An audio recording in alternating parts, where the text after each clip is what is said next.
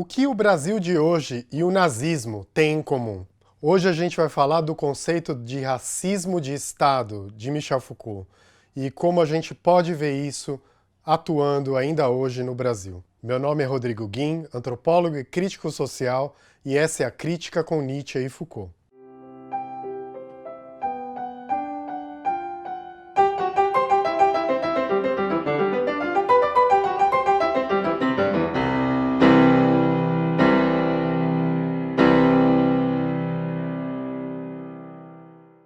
No curso Em Defesa da Sociedade, de 1976, Michel Foucault nos leva a compreender o racismo moderno enquanto uma técnica e tecnologia de Estado. O racismo moderno implica um biopoder, um poder que entende que a morte dos outros é necessária para o fortalecimento de uma pessoa, de uma população ou de um Estado. Matar e morrer é necessário ao Estado moderno racista.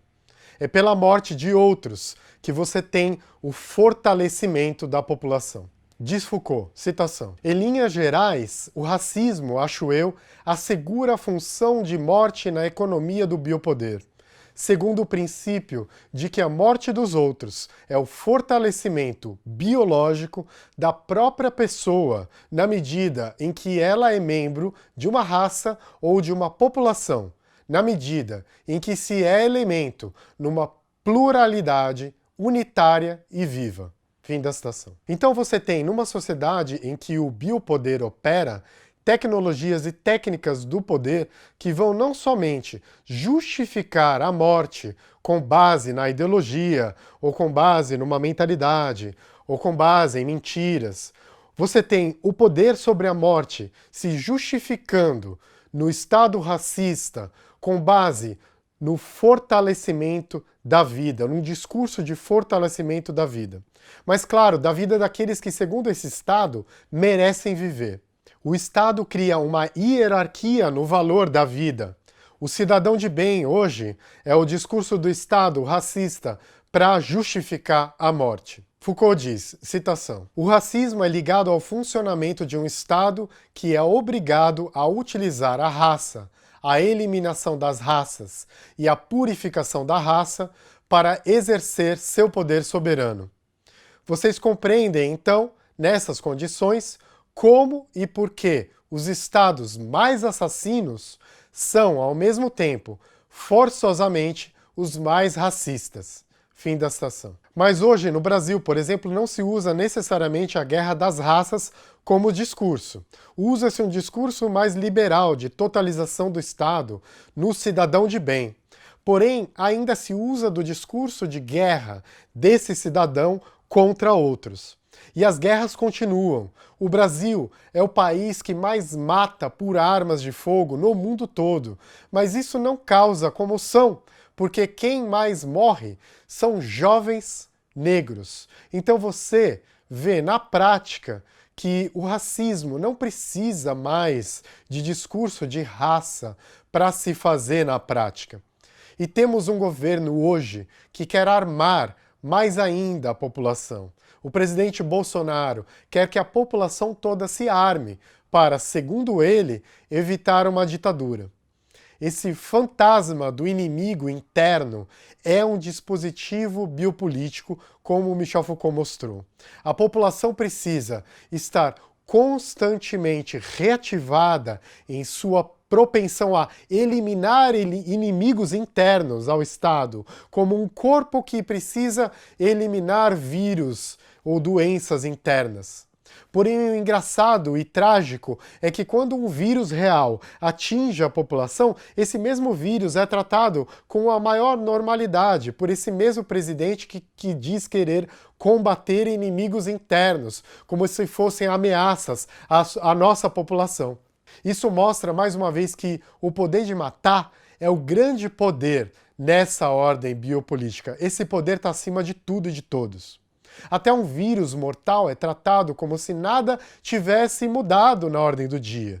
Porque, como diz Foucault, citação: é preciso que se chegue a um ponto tal que a população inteira seja exposta à morte.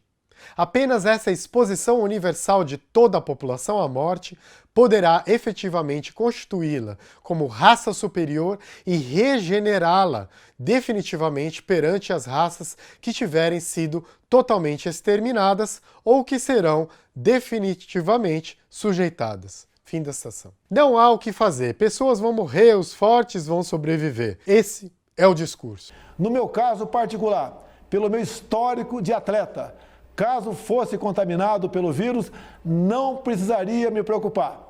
Nada sentiria ou seria, quando muito, acometido de uma gripezinha ou resfriadinho. Bora! Que isso?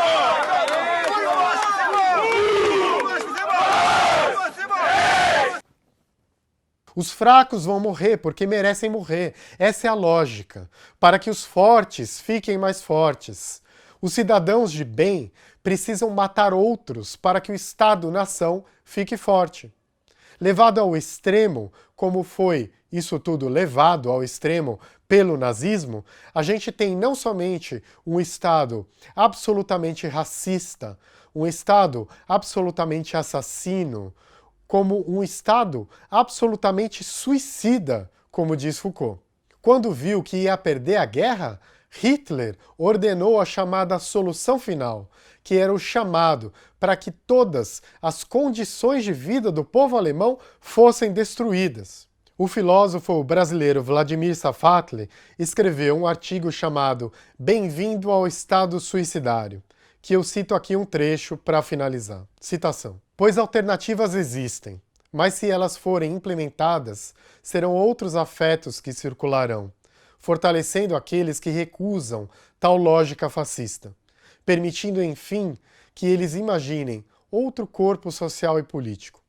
Tais alternativas passam pela consolidação da solidariedade genérica, que nos faz nos sentir em um sistema de mútua dependência e apoio, no qual minha vida depende da vida daqueles que sequer fazem parte do meu grupo, que estão no meu lugar, que têm as minhas propriedades. Esta solidariedade que se constrói nos momentos mais dramáticos lembra aos sujeitos que eles participam de um destino comum e devem se sustentar coletivamente. Algo muito diferente do se eu me infectar, é problema meu. Fim da citação. Enfim, temos muito por fazer nesse país e no mundo.